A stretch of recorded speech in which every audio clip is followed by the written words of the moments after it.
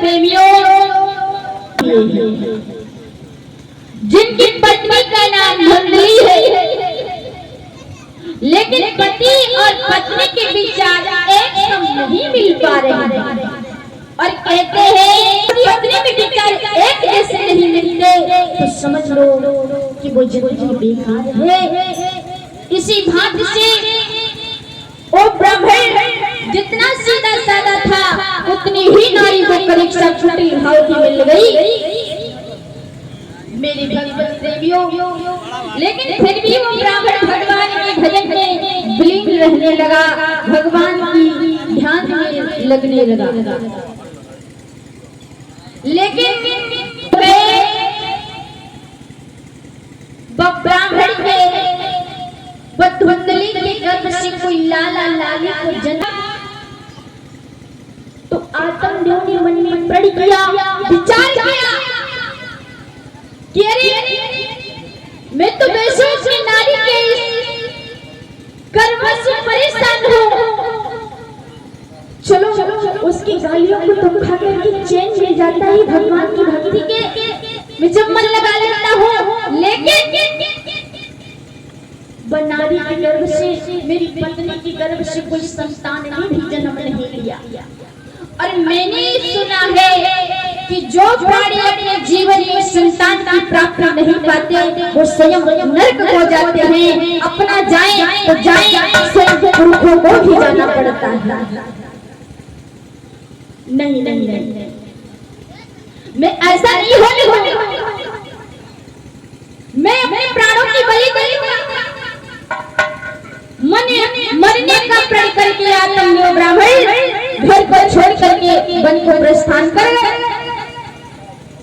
मरने के लिए सरिता नदी तालाब ढूंढने लगे। मैं जब मर जाऊंगा तो सब चिंता मिट जाएगा, लेकिन जब मरने के लिए एक कुएं में गिरना चाहे तो भगवान की लीला अपार है। हुआ क्या?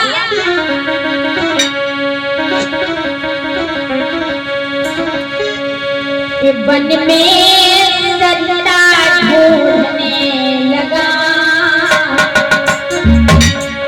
अरे मरने का तब अभिलाषी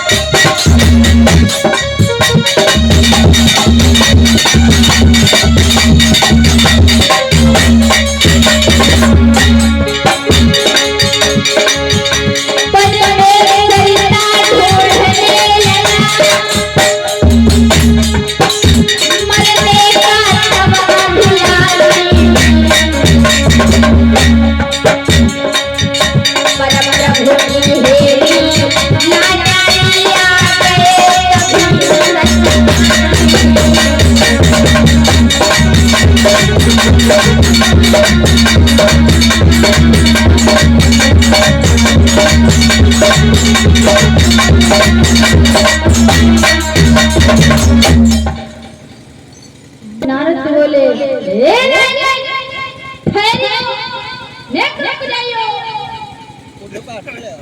आत्मदेव ब्राह्मण ने जब मुड़ करके देखा तो ब्रह्मा ने पुत्र नारद को पाया। हाय ऋषिवर, मेरा प्रणाम स्वीकार करिए, हर किसी छोरों में मेरा कोटि कोटि प्रणाम है। राजन, मैं देख रहा था कि आप इस कुएं में छलांग लगाना चाह रहे थे। हाँ भगवान, लेकिन क्यों? मैं अब जीना नहीं चाहता हूँ नाथ, मैं अपने प्राणों की बलि नहीं दूंगा। लेकिन काहे को राजन? अरे लोग तो जीना चाहते हैं, तुम पे कौन ऐसी आपत्ति आ पड़ी है जो तुम मरना चाह रहे हो? बोले कुछ ऐसी ही बड़ी आपत्ति है। क्या पुत्र या पुत्री का जन्म नहीं हुआ? और मैंने सुना है जो प्राणी अपने जीवन में पुत्र की प्राप्ति नहीं पाते, वो स्वयं नरक की भागी होती है। इतने वचन सुने तो नारद मुनि बोले, राजन ये तो तुम्हारा भ्रम है।